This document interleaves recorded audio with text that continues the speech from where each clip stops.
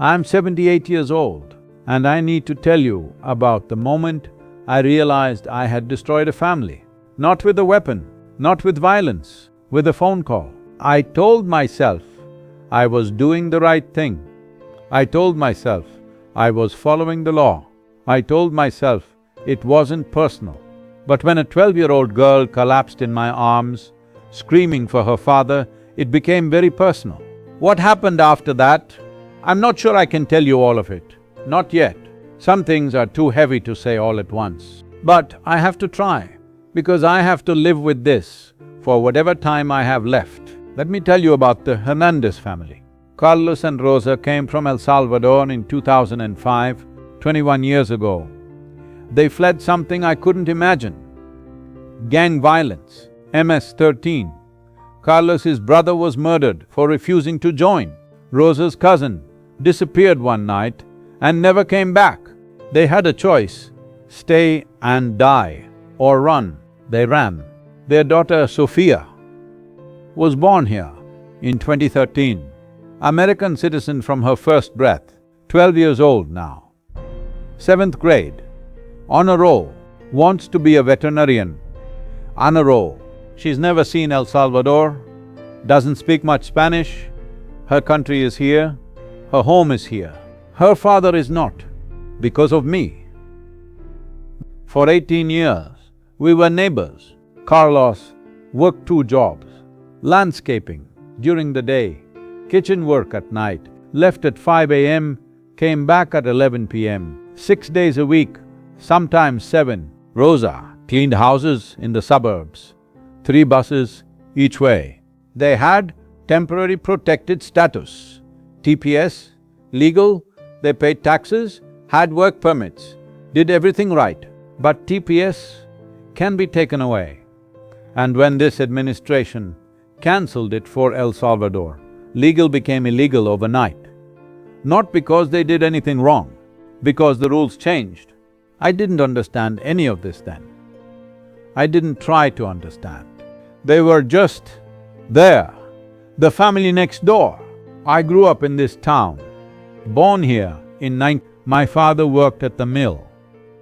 Everyone on our street came from the same places, Poland, Ireland, Italy. We were immigrants too, once, but we forgot that. I told myself I wasn't prejudiced. I just believed in rules, in doing things the right way. My grandfather came through Ellis Island, legally. Why should it be different for anyone else? That's what I told myself. When the TPS cancellation happened, I started paying more attention. The news said these people had to leave, that their protection was over, that they were now illegals. I looked at Carlos differently after that. 18 years of waving at the mailbox, 18 years of Rosa bringing over pupusas on Christmas, and suddenly they were illegals. That word, it takes a person and makes them a category, makes them less, makes it easier. Last March, I made the call. I reported that Carlos Hernandez was living in this country without legal status. I gave his address, his work schedule, everything. The woman on the phone thanked me, said I was doing my civic duty. I went to bed that night and slept fine. I was a fool. They came on a Tuesday morning, 9:50. Sofia was at school, 7th grade math class, learning about fractions. Carlos was in the front yard, loading his truck for work. Rosa was inside. I watched from my window as 3 black SUVs pulled up. Men in uniforms got out.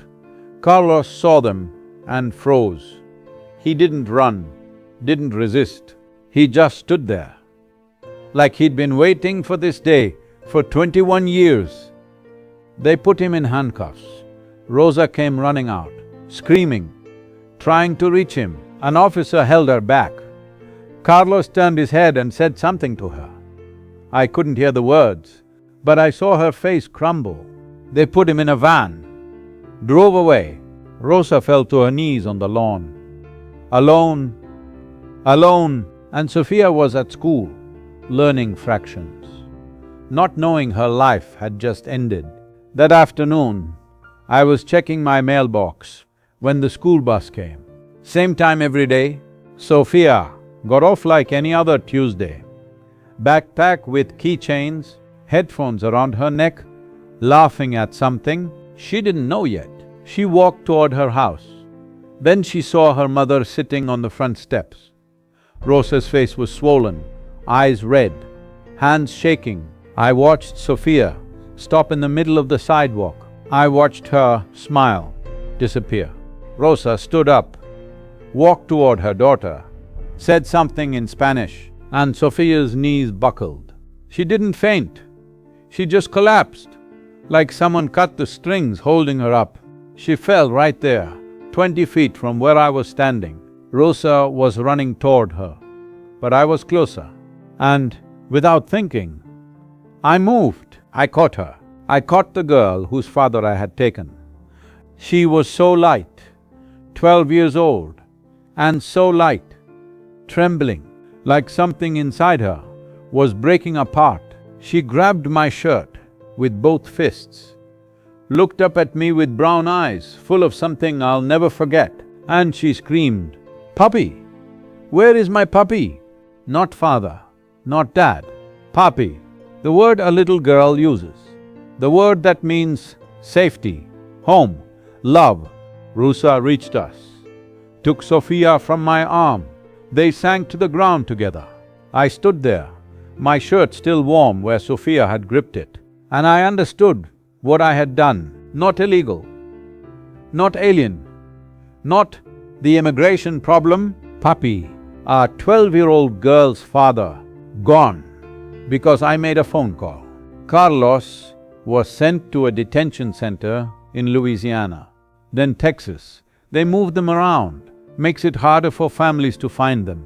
3 months later, he was deported after 21 years, after building a life here, after raising a daughter here, sent back to El Salvador, to the violence he fled, to the gangs that killed his brother.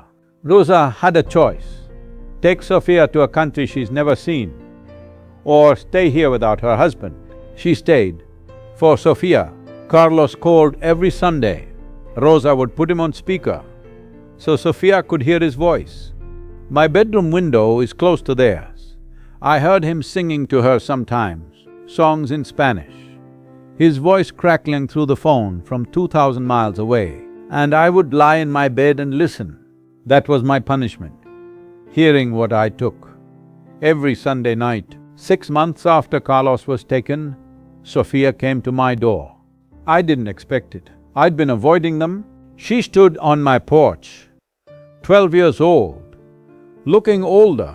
I thought she was going to scream at me, tell me what I was, but she just asked one question: why? Not angry, not crying, just asking. I opened my mouth, all my reasons.